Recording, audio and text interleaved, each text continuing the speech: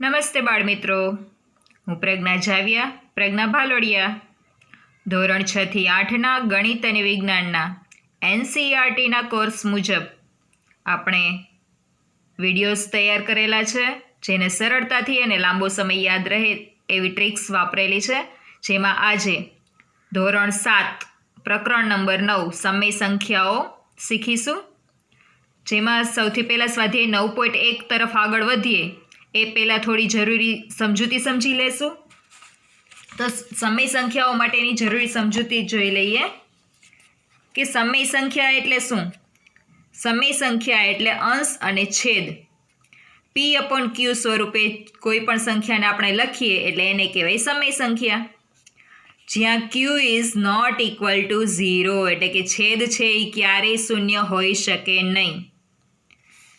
તો હવે એમાં સમય સંખ્યાઓ કેટલા પ્રકારની છે? ધન સમય સંખ્યા, ઋણ સમય સંખ્યા અને શૂન્ય સમય સંખ્યા.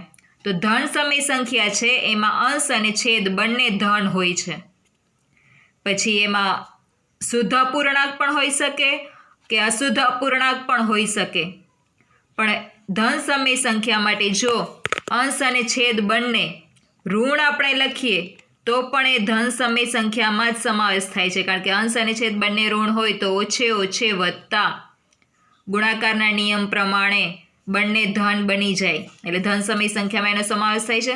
ઋણ સમય સંખ્યા, ઋણ સમય સંખ્યામાં અંશ અને છેદમાંથી કોઈ પણ એક, જો અંશ ઋણ હોય તો છેદ ધન હોઈ શકે, અને જો છેદ ઋણ હોય તો અંશ ધન હોઈ શકે. એ રીતે ઋણ 6/7, ઋણ 5/3, ઋણ 7/5 અને 8/3 ઋણ 3 આવી બધી ઋણ સમય સંખ્યાઓ આપણે તૈયાર કરી શકીએ કે જેમાં અંશ અને છેદ બંનેમાંથી કોઈ પણ એક જ સંખ્યા અંક ઋણ હોય. જો અંશ હોય તો છેદ ન હોય. પછી એ શુદ્ધ અપૂર્ણાંક પણ હોઈ શકે અને અશુદ્ધ અપૂર્ણાંક પણ હોઈ શકે. અને શૂન્ય સમય સંખ્યા, તો શૂન્ય સમય સંખ્યા આ રીતે લખી શકાય છે: 0, 0/5, 0/19, 0/35, 0/ઋણ 3, કોઈ પણ સંખ્યા વગેરે. હવે સમાન સમય સંખ્યા, ધારો કે આપણી પાસે 3/5 છે, તો હવે એની સમાન સમય સંખ્યાઓ શોધવી છે. ધારો કે 3, 4, 5 ગમે તેટલી સમાન સમય સંખ્યા આપણે શોધી શકીએ છીએ. આ જ સંખ્યાની સમાન સમય સંખ્યા.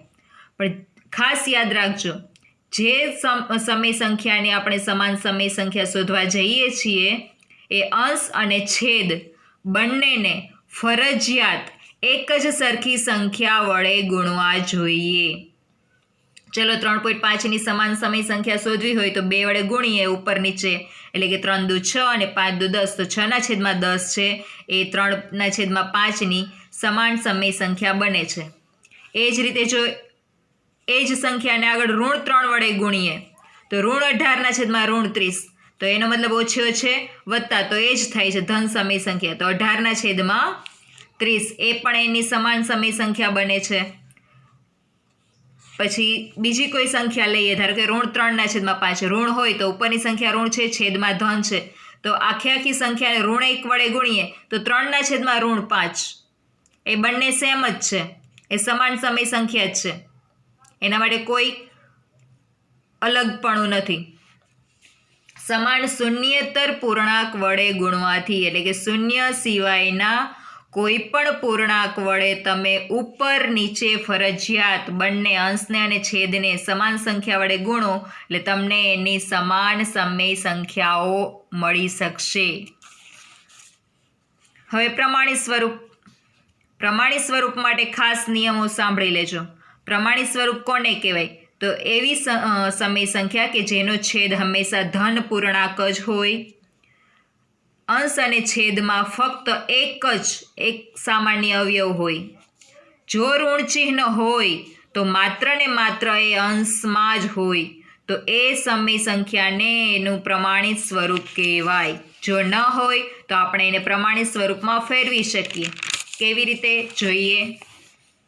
ધારો કે અહીંયા આપણી પાસે કોઈ સંખ્યા છે ઋણ 21/10, તો ઋણ 21 છે એના છેદમાં 10 છે, એટલે નિયમ પ્રમાણે બધા નિયમ આપણે જોતા જઈએ કે પહેલો નિયમ શું કહે છે? છેદ ધન પૂર્ણાંક હોવો જોઈએ. હા છે. ચલો બીજો નિયમ શું કહે છે? કે એક સામાન્ય અવયવ હોવો જોઈએ. તો એ નથી, તો અવયવ છૂટા પાડો. તો અવયવ પાડવા પડશે, કારણ કે 21/10 છે એ બંને વિભાજ્ય સંખ્યા છે જેના ભાગ પડે છે, એટલે કે અહીંયા કોઈ એવી નિયમ પ્રમાણે ફક્ત એક જ અવયવ નથી, તો આપણે એને પ્રમાણિત સ્વરૂપમાં ફેરવવા માટે અવયવ પાડીશું. તો 21ના અવયવ પડે છે 7 તેરી 21 અને 10ના 5 દુ 10. તો હવે આપણે જોઈ લઈએ કે એકેય સંખ્યા ઉડે છે? ના. તો સ્વાભાવિક છે હા, તો પછી આપણા નિયમ પ્રમાણે ફક્ત એક જ અવયવ છે, કે એમાં કોઈ એવી સંખ્યા સમાન નથી કે જેને આપણે અંશ અને છેદમાં ઉડાડી શકીએ અને છેલ્લે એનું નાનું સ્વરૂપ આપી શકીએ, તો પ્રમાણિત સ્વરૂપમાં ફેરવી શકીએ. ઓલરેડી પ્રમાણિત સ્વરૂપ જ છે. બીજી સંખ્યા જુઓ, -21/14. તો અહીંયા પણ બે સંખ્યા એવી છે વિભાજ્ય સંખ્યા, એટલે આપણે જોવું પડે અથવા તો આપણે ચકાસવું પડે કે ખરેખર એ પ્રમાણિત સ્વરૂપમાં છે. તો ચકાસીએ. તો પહેલા નિયમ પ્રમાણે કોઈ એક ઋણ હોવી જોઈએ, તો હા અંશ જ ઋણ છે. બીજા નિયમ પ્રમાણે અવયવ એક જ હોવો જોઈએ, તો એના માટે 7 તેરી 21 ને 7 દુ 14. તો અહીંયા બંને અંશમાં અને છેદમાં 7 છે એ સામાન્ય અવયવ છે, જેને આપણે ઉડાડીએ પછી જે સંખ્યા મળે છે √3/2 એ પ્રમાણિત સ્વરૂપ છે. નિયમ પ્રમાણે અંશમાં ઋણ હોવું જોઈએ, જો ઋણ હોય તો એ પણ છે. બંનેમાંથી ફક્ત એક જ અવયવ મળે છે અને છેલ્લે અંશ અને છેદમાં આપણો પહેલો નિયમ છે એ છેદ ધન પૂર્ણાંક, તો એ પણ છે.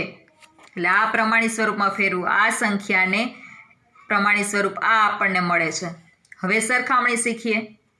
પોઈન્ટ નંબર 3, સરખામણી કેવી રીતે કરી શકીએ કે ચલો આપણી પાસે બે સમય સંખ્યા છે, એમાંથી કઈ મોટી છે ને કઈ નાની છે, કેમ ખબર પડે?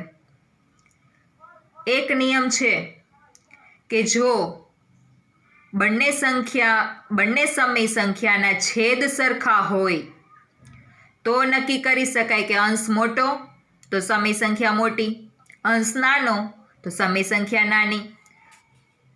અને એ જ રીતે જો સમાન અંશ હોય, સમાન છેદ હોય તો અંશ મોટો હોય તો એ સમય સંખ્યા મોટી થશે.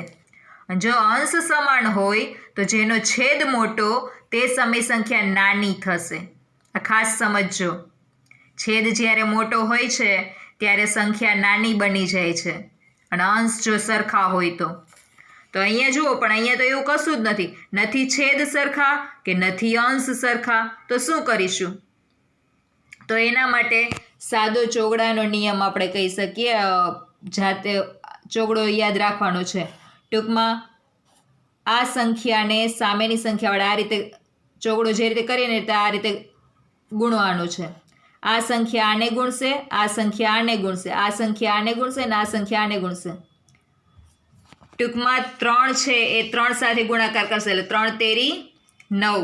ટૂંકમાં બંને એકબીજાના છેદ સાથે આખી સંખ્યા, બંને સંખ્યા આપણે અગાઉ જ કહી દીધું, સમય સંખ્યાને અંશ અને છેદને એક જ સરખી સંખ્યા વડે ગુણવા જોઈએ. તો અહીંયા પણ એમ જ બને છે, અહીંયા પણ એમ જ બને છે. આ બંને સંખ્યા સામેની સંખ્યાના છેદ વડે ગુણાશે, એ જ રીતે આ બંને સમય સંખ્યા સામેની સંખ્યાના છેદ વડે ગુણાશે. તો અહીંયા 3 તેરી 9 અને 5 તેરી 15, એટલે છેદ સરખા થઈ જશે. હા, 25 25 અને 5 તેરી 15. હવે છેદ સમાન થઈ ગયા. તો હવે આપણા નિયમ પ્રમાણે અંશ જે મોટો એ સંખ્યા મોટી. તો એ સરખામણી કરી શકીએ કે આ બંનેમાંથી હવે મોટી સંખ્યા કઈ છે? તો 3/5 કરતાં 5/3 છે એ સંખ્યા મોટી છે. અહીંયા જુઓ, 15/4 અને 15/7. તો જો આ બીજો નિયમ છે એ પ્રમાણે મેં તમને અગાઉ જ કીધું એ રીતે, જો છેદ મોટો હશે ને તો તે સમય સંખ્યા નાની બની જશે, કારણ કે અહીંયા અંશ સરખા છે. તો હવે છેદમાં આપણે જોઈએ તો 4 કરતાં 7 મોટા છે, પણ ખરેખર છેદ જે મોટો હોય એ સંખ્યા કેવી બને? નાની. પણ કેવી રીતે? હવે આમાં આપણે કેવી રીતે નક્કી કરવું? તો આપણે ભાગાકાર શીખી ગયા છીએ. 15/4 કરો તો દશાંશ સંખ્યા મળે છે આપણને 3.7. એ જ રીતે 15/7 કરો તો દશાંશ સંખ્યા મળે છે 2.1. તો સ્વાભાવિક છે આપણા નિયમ પ્રમાણે આપણે વાત કરેલી એ જ રીતે 3.7 એટલે કે 15/4 છે એ સંખ્યા 2.1 કરતાં મોટી થાય છે જ. હવે પોઈન્ટ નંબર 4, વચ્ચેની સમય સંખ્યાઓ શોધવી છે. કોઈ સમય સંખ્યાઓ તમને 2 આપેલી હોય તો એની વચ્ચે સમય સંખ્યાઓ શોધવી હોય. ધારો કે 5 સમય સંખ્યા આપો, 10 આપો, કે 3 આપો, કે 6 આપો, તો ત્યારે શું કરવું? જો અહીંયા 2 ધારેલા છે મેં, બંને ઋણ જ છે, એટલે કે ડાબી બાજુ ખસવાનું થશે આમાં. આ ખાસ યાદ રાખજો.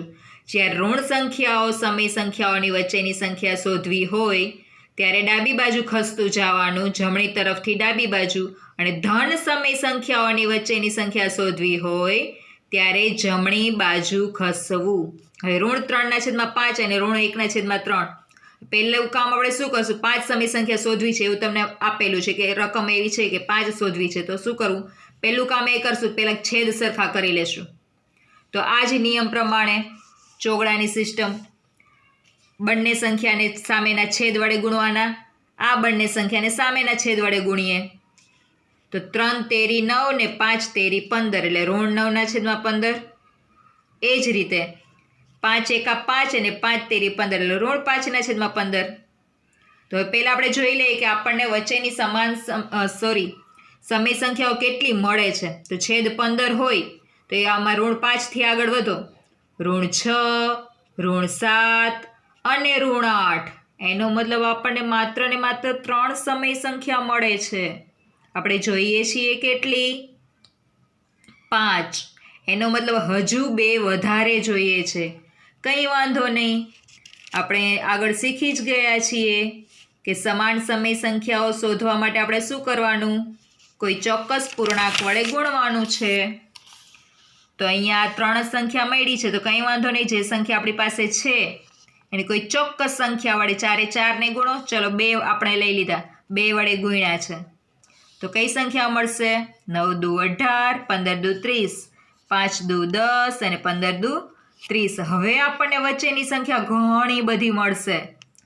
આપણા નિયમ પ્રમાણે 5 સંખ્યા તો 100% મળી જશે. 3 મળતી હતી, એનાથી વધારે જોતી હતી એટલે આપણે 2 વડે ગુણી લીધા. ક્યારેક એવું પણ બને કે વચ્ચે એક જ સંખ્યા મળતી હોય તો ગુણવાનો જે અંક છે ને એ અંકને મોટો કરી દેવાનો. 2 વડે ગુણતા હોય, 5 સમય સંખ્યા જોતી હોય, 2 પૂર્ણાંક સંખ્યા હોય અને 5 સમય સંખ્યા જોતી હોય તો એનાથી એક વધારે, એટલે 6 વડે બધાને ગુણી નાખવાના કે જેથી તમને વચ્ચેની સમય સંખ્યાઓ જરૂર કરતાં વધારે મળી શકે. અહીંયા જો આપણને કેટલી મળે છે? 1, 2, 3, 4, 5, 6 અને 7. 7 સમય સંખ્યા મળી જાય છે. આમાંથી આપણે કોઈ પણ 5 સમય સંખ્યા લખી શકીએ છીએ. હવે જો ઋણ 3/5 છે એની જ સમાન સમય સંખ્યા ઋણ 18/30 છે. એ જ રીતે ઋણ 1/3 છે એની જ સમાન સમય સંખ્યા ઋણ 10/30 છે. આ રીતે આપણે સ્વાધ્યાય 9.1 સરળતાથી આ 4 નિયમ પરથી શીખી શકીશું. Thank you.